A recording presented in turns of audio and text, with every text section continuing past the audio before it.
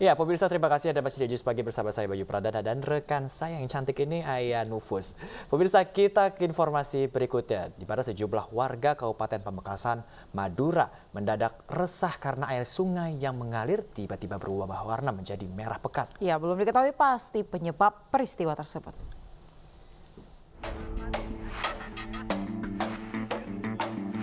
Warga Desa Klampar, Kabupaten Pamekasan, Madura dihebohkan perubahan air sungai berwarna merah. Diketahui air sungai berubah warna sejak Minggu siang. Menurut warga, fenomena ini baru pertama kali terjadi dan belum diketahui penyebabnya. Terkait hal tersebut, pihak Dinas Lingkungan Hidup Pamekasan masih melakukan penelusuran. Saya masih belum bisa ya, soalnya kan juga masih belum mengetahui kondisi labnya ini tercemarnya karena apa juga masih belum bisa menentukan. Selain di Desa Klampar, hingga kini perubah warna air juga merambat ke beberapa sungai di wilayah lain, seperti di daerah Jalan Gozali serta Jung Cancang. Dari Pamekasan, Jawa Timur, Dedi Prianto, iNews melaporkan.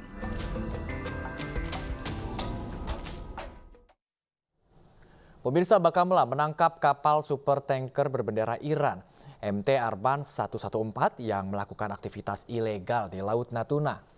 Kapal tersebut mencoba kabur sebelum akhirnya ditangkap di perairan Malaysia. Kapal tanker berbendera Iran tersebut berhasil ditangkap Bakamla di perairan Malaysia. Sebelumnya kapal itu mencoba kabur dengan cara memisahkan diri dari kapal lain berbendera Kamerun dan menjauh dari perairan Indonesia. Diduga kedua kapal itu melakukan transshipment atau pemindahan muatan dari satu kapal ke kapal lain. Namun kapal tanker berbendera Kamerun itu berhasil kabur.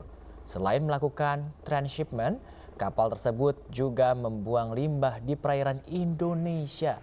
Kapal itu memiliki panjang 330 meter dengan muatan 2,3 juta barel bahan bakar dengan nilai mencapai 4,6 triliun rupiah.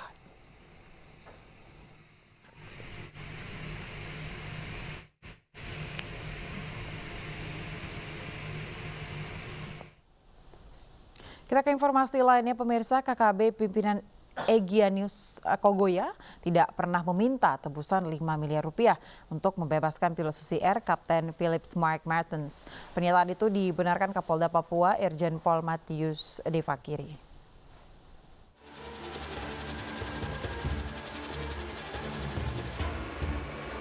Kapolda Papua Irjen Pol Matius De Fakiri menerangkan dari awal kejadian, ia sudah mengundang Bupati, Ketua DPRD, dan Kapolres untuk menghubungi pihak gereja agar berkomunikasi dengan KKB pimpinan Egyanus Kogoya supaya pilot Susi Air dibebaskan dalam keadaan selamat. Negosiasi awal dengan Egyanus Kogoya berjalan cukup bagus, tetapi karena ada masukan cukup banyak, sehingga Egyanus berubah pikiran dan komunikasi terputus. Kapolda juga menegaskan jika Egyanus tidak pernah meminta uang tebusan untuk pilot Susi Air sebesar 5 miliar rupiah.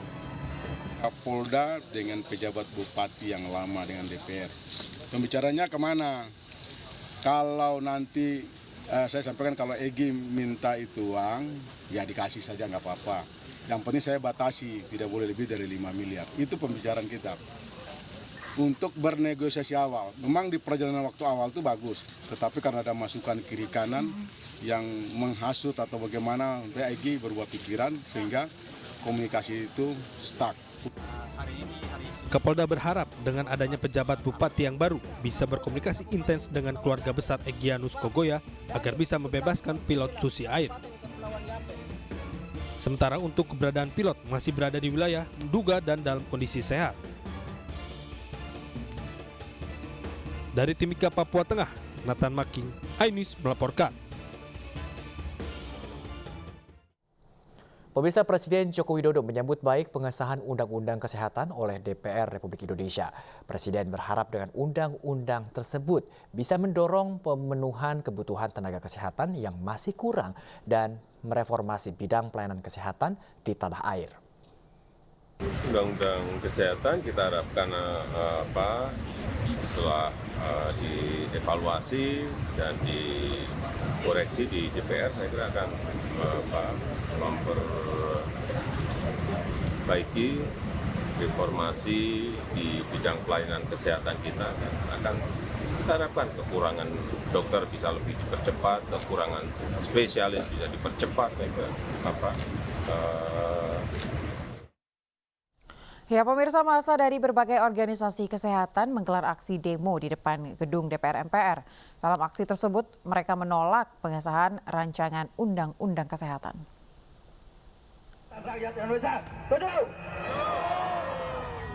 Dengan membawa spanduk penolakan RUU Kesehatan, massa dari berbagai organisasi menggelar aksi demo di depan gedung DPR MPR menolak pengesahan RUU Kesehatan dalam rapat paripurna DPR. Ada sejumlah poin yang menjadi sorotan beberapa organisasi profesi kesehatan dalam unjuk rasa. Salah satunya penghapusan pengeluaran negara yang sudah diatur undang-undang yang tadinya dialokasikan minimal 5% dari APBN dan 10% dari APBD. Tenaga kesehatan rakyat Indonesia. Masa aksi menilai jika RUU Kesehatan disahkan, maka nasib mereka bisa terancam. Terhadap organisasi profesi. Tujuan kami datang kemari adalah menyampaikan aspirasi dan sikap kami terhadap rencana pengesahan RUU Kesehatan yang mungkin hari ini atau kapan, tapi menurut jadwalnya hari ini ada beberapa hal yang perlu kami suarakan. Yang pertama adalah RUU ini terlihat seperti sembunyi-sembunyi. Kalau sembunyi-sembunyi berarti ada apa? Sampai hari ini kami sebagai tenaga kesehatan yang mayoritas yang akan menjalankan Undang-Undang Kesehatan itu nanti, itu belum mendapatkan draft secara formal.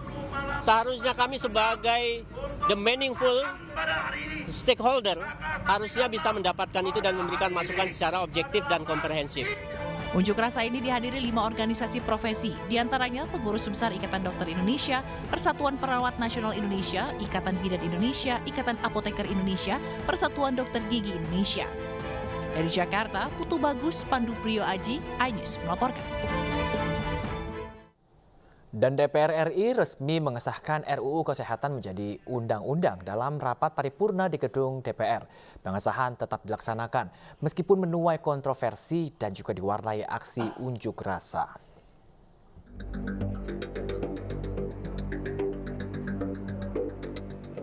Kendati diwarnai aksi unjuk rasa penolakan dari sejumlah organisasi tenaga medis, DPR tetap mengesahkan RUU Kesehatan menjadi undang-undang dalam paripurna DPR ke-29 masa persidangan 5 tahun 2022-2023. Dalam rapat tersebut, 6 fraksi partai politik menyatakan setuju, yakni Golkar, PDIP, Gerindra, PKB, PPP, dan PAN, serta 2 fraksi menolak yaitu PKS dan Demokrat, dan 1 fraksi yakni Nasdem menyetujui dengan syarat.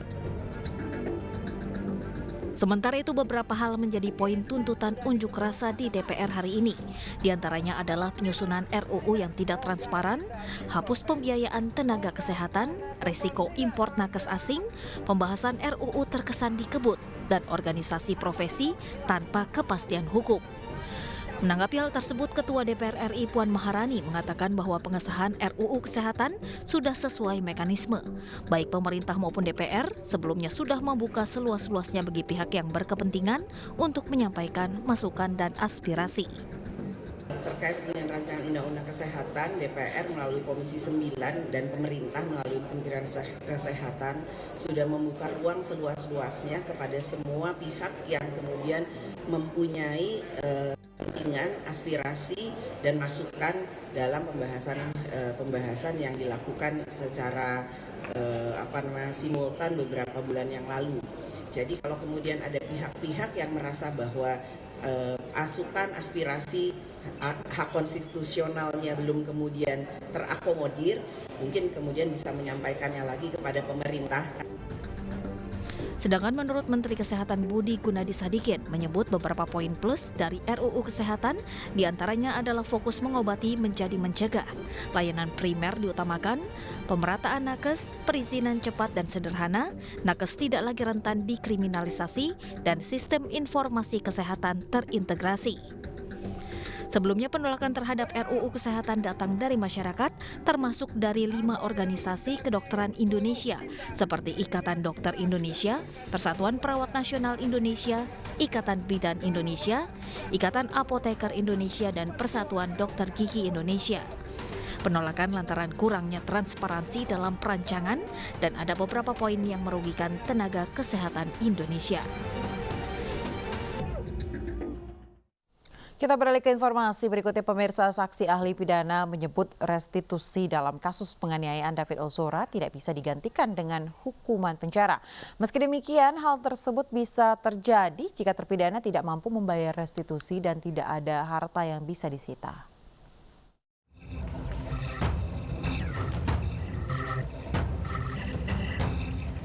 Sidang lanjutan kasus penganiayaan terhadap David Ozora dengan terdakwa Mario Dandi dan Shane Lucas kembali digelar di Pengadilan Negeri Jakarta Selatan. Dalam sidang kali ini, terdakwa Mario Dandi mengenakan pakaian putih karena ditegur jaksa pada sidang sebelumnya. Adapun sidang hari ini beragendakan pemeriksaan saksi ahli pidana yang dihadirkan oleh jaksa penuntut umum, yakni Ahmad Sofian dari Universitas Bina Nusantara. Dalam kesaksiannya, ahli berbicara mengenai aturan pembayaran restitusi. Menurut ahli, restitusi wajib dibayar oleh terpidana dan tidak bisa digantikan dengan hukuman penjara, kecuali terdakwa tidak memiliki biaya untuk membayar biaya tersebut. Biayanya itu dibayarkan kepada korban, sebagaimana yang diputuskan oleh pengadilan. Ada nggak dasar hukum yang khususnya mengatakan jika restitusi ini tidak dibayar bisa diganti dengan kurungan atau dengan melakukan penyitaan asetnya si pelaku ini? Ada nggak dasar hukum? Secara khusus tidak ada. Jadi memang kalau filosofis restitusi itu ya sebenarnya kalau kita bicara dalam doktrin hukum pidana memang harusnya bukan diganti dengan kurungan. Itu adalah kerugian yang dialamin korban. Dalam penganiayaan David Ozora, Mario Dandi masih berstatus sebagai mahasiswa dan belum bekerja. Seluruh harta yang dipamerkan Dandi merupakan milik ayahnya, Rafael Alun Trisambodo. Rafael kini telah ditetapkan sebagai tersangka kasus pencucian uang dan gratifikasi. KPK pun telah menyita harta kekayaan mantan pejabat pajak tersebut. Pemirsa, Komisi Pemberantasan Korupsi kembali menggeledah aset milik Andi Pramono, mantan Kepala Bea dan Cukai Makassar di sebuah rumah di Batam Selasa siang. Perusahaan PT Bahari Berkah Madani ini diduga milik Andi Pramono dan bergerak di bidang migas. Tim penyidik KPK mendatangi sebuah rumah milik Andi Pramono, mantan Kepala Bea dan Cukai Makassar di perumahan Jodoh Permai Batam, Kepulauan Riau. Kedatangan KPK ini untuk melengkapi berkas penyidikan kasus dugaan penerimaan gratifikasi dan tindak pidana pencucian uang. Penyidik lembaga anti rasuah ini membawa 2 koper besar.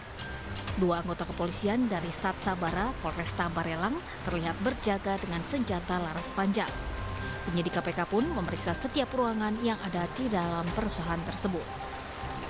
Dari rumah ini kan sebagai istilah macam PT Marino.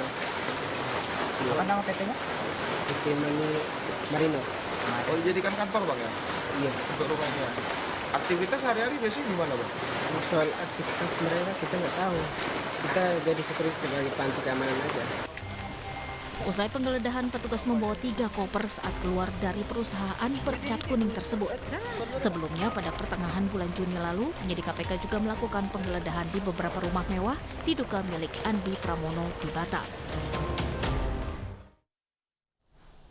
Menko Polhukam Mahfud MD pemirsa menyebut permasalahan Al Zaitun sudah di tahap penyidikan. Masyarakat tinggal menunggu sampai ada penetapan tersangka. Menko Polhukam juga melaporkan toko Al Zaitun Panji Gumilang atas dugaan tindak pidana pencucian uang. Kami telah membekukan 145 rekening dari 367 rekening yang diduga menurut PPATK mempunyai kaitan dengan pondok atau kegiatan Az-Zaitun, kegiatan Panji Gumilang. Kita sudah sebutkan di situ beberapa tindak pidana yang mungkin terkait dengan itu, misalnya tindak pidana penggelapan, tindak pidana penipuan, tindak pidana pelanggaran yayasan, tindak pidana penggunaan. Jaksa penuntut umum meminta majelis hakim menolak semua eksepsi atau nota keberatan yang diajukan terdakwa kasus dugaan korupsi proyek BTS 4G Baktikominfo Jody G. Plate. Putusan hakim atas hasil eksepsi tersebut akan digelar pekan depan. 3 terdakwa kasus dugaan korupsi proyek BTS 4G Baktikominfo, Jody G. Plate, Direktur Utama Baktikominfo, Anang Ahmad Latif, dan tenaga ahli HUDEF UI, Yohan Suryanto, kembali menjalani sidang lanjutan di Pengadilan Tipikor Jakarta Pusat. Sidang mengagendakan tanggapan jaksa atas nota keberatan yang disampaikan masing-masing terdakwa pada pekan lalu. Dalam tanggapannya, jaksa penuntut umum sepakat menolak eksepsi ketiga terdakwa dan memohon majelis hakim untuk melanjutkan perkara ke tahap pemeriksaan saksi. Jaksa menilai dakwaan untuk ketiga terdakwa sudah cermat dan teliti, serta sesuai dengan aturan hukum. Dengan ditolaknya eksepsi kami, menjadi keuntungan besar untuk kami, sehingga pada saat masuk ke dalam pokok perkara, tugas kami semakin ringan untuk membuka, untuk menjelaskan, untuk memberi keterangan bahwa di dalam keterangannya nanti pada saat pembuktian, siapa-siapa yang paling berperan, siapa-siapa yang mengarahkan, siapa-siapa yang memerintah atau yang menandatangani kontrak, sehingga klien kami, terdakwa Yohan Suryanto, bisa duduk sebagai terdakwa. Sehat yang mulia. Sebelumnya, JPU mendakwa ketiga terdakwa telah memperkaya diri dari korupsi infrastruktur BTS 4G dan merugikan negara hingga 8 triliun rupiah. Sehat yang mulia.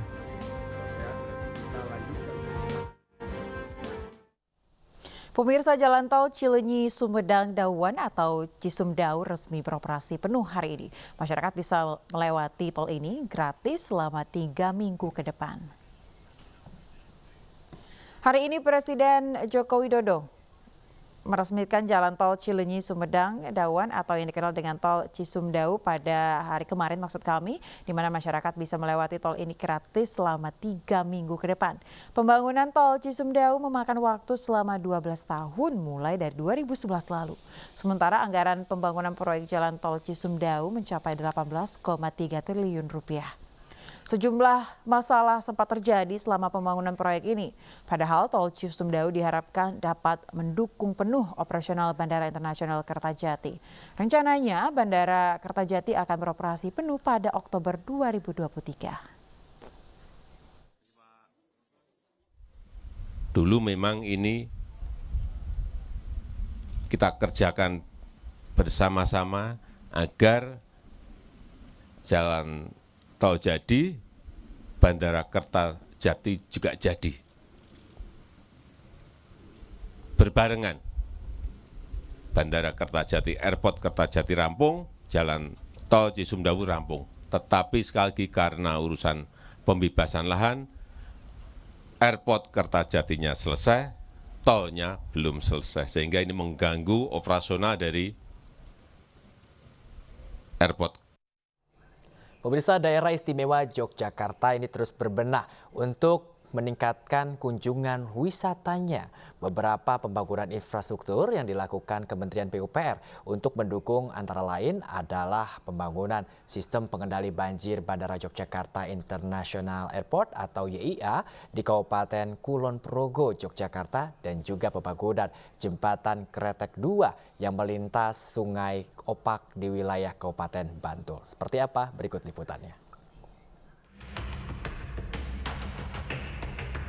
Pembangunan sistem pengendali banjir Yogyakarta International Airport atau YIA di Kapadewon Temon, Kabupaten Kulon Progo sudah mencapai 99,9%.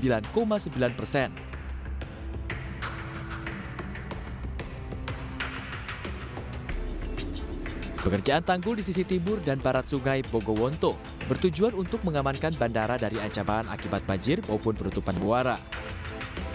Manfaat tanggul yang dibangun dengan total anggaran 1,6 triliun rupiah mampu menahan banjir yang datang baik dari Sungai Bogowonto, Sungai Serang, dan anak sungai yang ada di bandara. Selain itu, tanggul bermanfaat untuk pengairan persawahan di Kulon Progo, Yogyakarta maupun Purworejo, Jawa Tengah. Dari Sungai Bogowonto ataupun yang datang dari Sungai Serang beserta anak sungai yang ada di sekitar bandara. dan pertanian-pertanian yang ada di kawasan sekitar bandara pun juga akan meningkat dengan adanya banjir yang bisa direduksi oleh kegiatan-kegiatan yang sudah dilaksanakan melalui pengendali banjir IAI.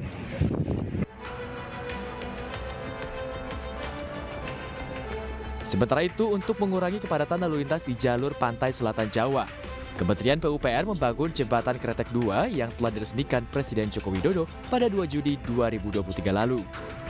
Jembatan Kretek 2 diharapkan mampu kurangi beban lalu lintas orang dan barang, terutama kendaraan wisatawan dari kota Yogyakarta menuju Pantai Parangtritis yang selama ini terpusat di Jembatan Kretek 1. Dengan lancarnya jalur wisata, mampu mendorong ekonomi dari para pelaku UMKM yang menjual produk UMKM di sejumlah objek wisata. Ketika nanti bisa sambung, maka ini dampaknya sangat luar biasa terhadap ekonomi di Bantul. Otomatis nanti akan mengangkat ekonomi masyarakat UKM yang ada di Bantul. Jembatan Kretek 2 menjadi kebanggaan warga Bantul karena merupakan program strategis nasional. Selain itu memiliki ikon monumental berupa luku atau alat bajak sawah tradisional dengan aksara Jawa. Dari daerah istimewa Yogyakarta, tim liputan iNews melaporkan.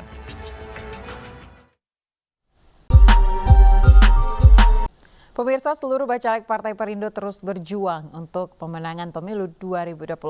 Di Kabupaten Kendal, para Bacalek menyerahkan perbaikan berkas pendaftaran ke KPUD setempat demi bisa berlaga di pemilu 2024. Sementara itu di Kabupaten Rembang, para Bacalek mendekatkan diri dengan masyarakat melalui program Jalan Sehat dan Sedekah Bumi.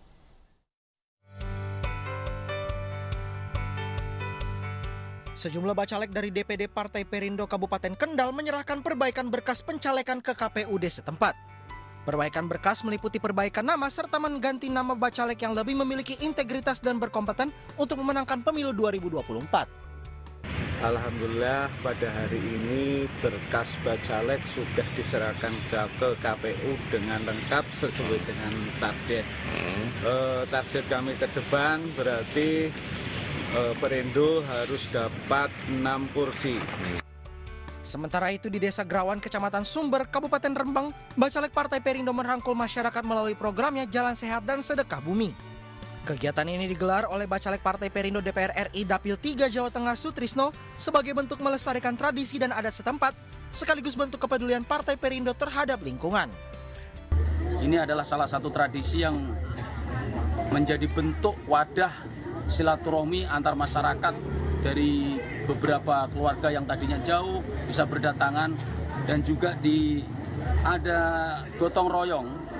Secara politik saya berharap ini bisa menjadi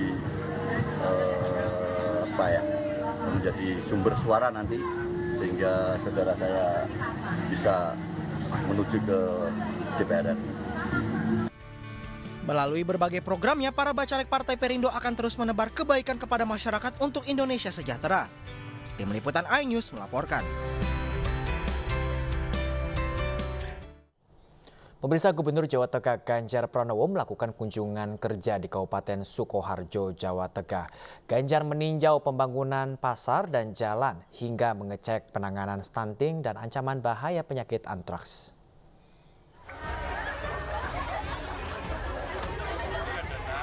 Dalam rangka percepatan penurunan angka stunting, Gubernur Jawa Tengah Ganjar Pranowo meninjau pelaksanaan program inovasi yang diciptakan kader Posyandu Pundung Sari, Desa Meragen, Kecamatan Polokerto, Kabupaten Sukoharjo, Jawa Tengah.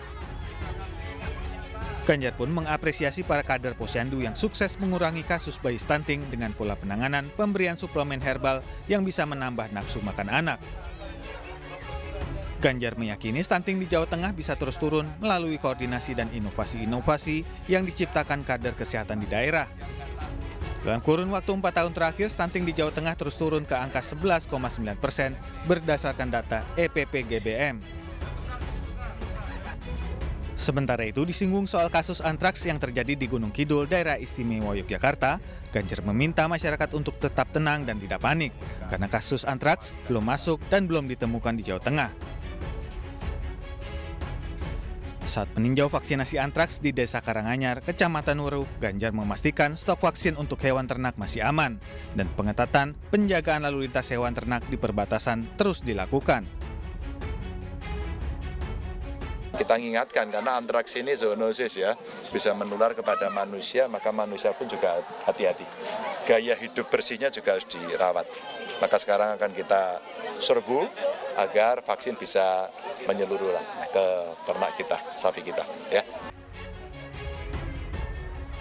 Ganjar juga meninjau revitalisasi pasar cuplik Sukoharjo yang dibangun dari bantuan keuangan Pemprov Jateng dan Pemkab Sukoharjo. Adapun revitalisasi pasar tahap pertama menelan anggaran sebesar 2,4 miliar rupiah dan untuk tahap kedua, Ganjar mengalokasikan 2,6 miliar rupiah. Agar kegiatan pasar kembali normal, revitalisasi pasar cuplik ditargetkan rampung pada akhir tahun 2023. Sedangkan saat meninjau perbaikan ruas jalan Telukan Cuplik di Kelurahan Sonorejo, Ganjar menyebut anggaran perbaikan berasal dari bantuan keuangan Pemprov Jateng sebesar 7 miliar rupiah dengan nilai kontrak 4,9 miliar rupiah. Sebelum diperbaiki, ruas jalan sepanjang 1,5 km itu mengalami kerusakan dengan lubang di mana-mana. Namun saat ini perbaikan ruas jalan Telukan Cuplik memasuki tahap pengecoran dan Ganjar berharap kualitas jalannya lebih bagus dan awet.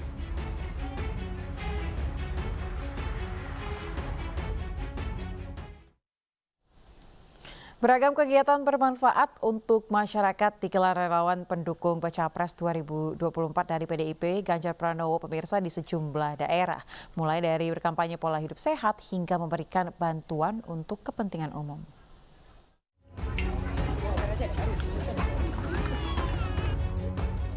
Komunitas supir truk pendukung Ganjar memberikan bantuan lampu penerangan jalan untuk salah satu pangkalan truk di Desa Sukamana, Pandeglang, Banten. Lampu yang dipasang merupakan tipe lampu panel surya yang menggunakan panas dari sinar matahari sebagai sumber energinya. Alasan pemberian bantuan lampu jalan ini untuk memberikan kenyamanan pada masyarakat karena minimnya penerangan di lokasi selama bertahun-tahun. Relawan Ganjar Muda Pajajaran melakukan kegiatan penyelamatan alam dan lingkungan dengan membeli lahan untuk hutan di kawasan Hutan Desa Jatisura, Kecamatan Jatiwangi, Majalengka, Jawa Barat.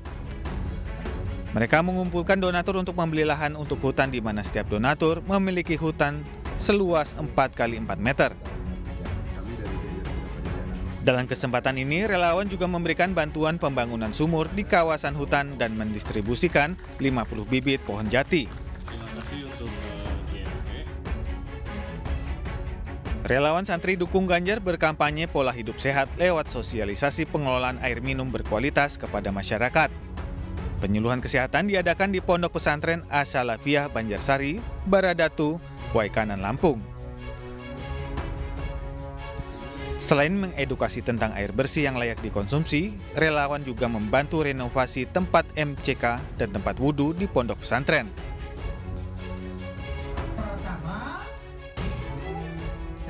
Sementara itu, relawan Usbat Ganjar mengedukasi warga di Kecamatan Medan Sunggal, Kota Medan, Sumatera Utara tentang manfaat kesehatan di balik gerakan sholat.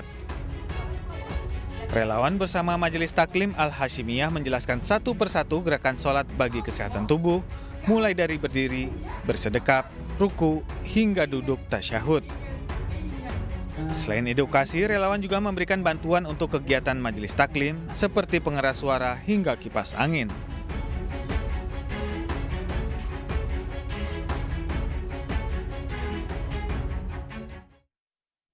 Ya, pemirsa, Pacific Amphibious Leaders Symposium diselenggarakan di Bali dan diikuti oleh 26 negara. Ajang pertemuan para pemimpin pasukan amfibi atau marinir ini digelar dari tanggal 10 hingga 14 Juli.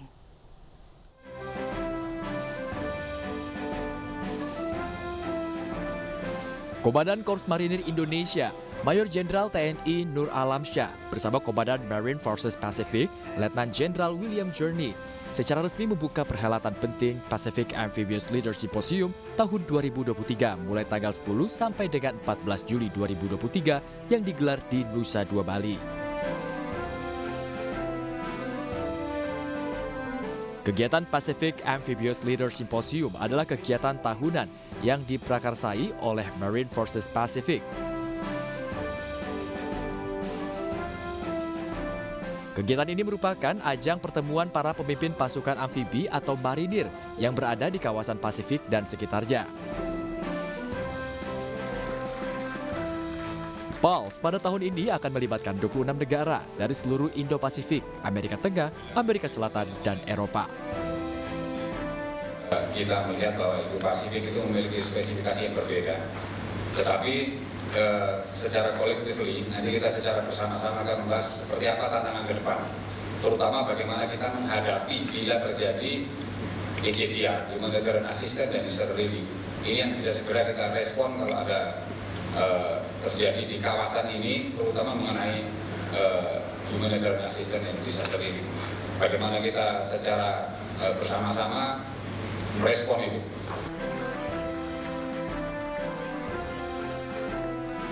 Dalam pelaksanaan PALS 23, Korps Marinir TNI Angkatan Laut akan mendemonstrasikan kemampuan RDO atau Rubber Duck Operation dalam AHDR, Humanitarian Assistance Disaster Relief, serta peranakan pasukan amfibi yang dimiliki oleh Marinir Indonesia. Sedangkan negara-negara peserta terlibat dalam diskusi dengan membahas aspek-aspek penting dari operasi amfibi, kepemimpinan melalui modernisasi kekuatan, dan pentingnya interoperabilitas multilateral dalam bantuan kemanusiaan dan tanggap bencana.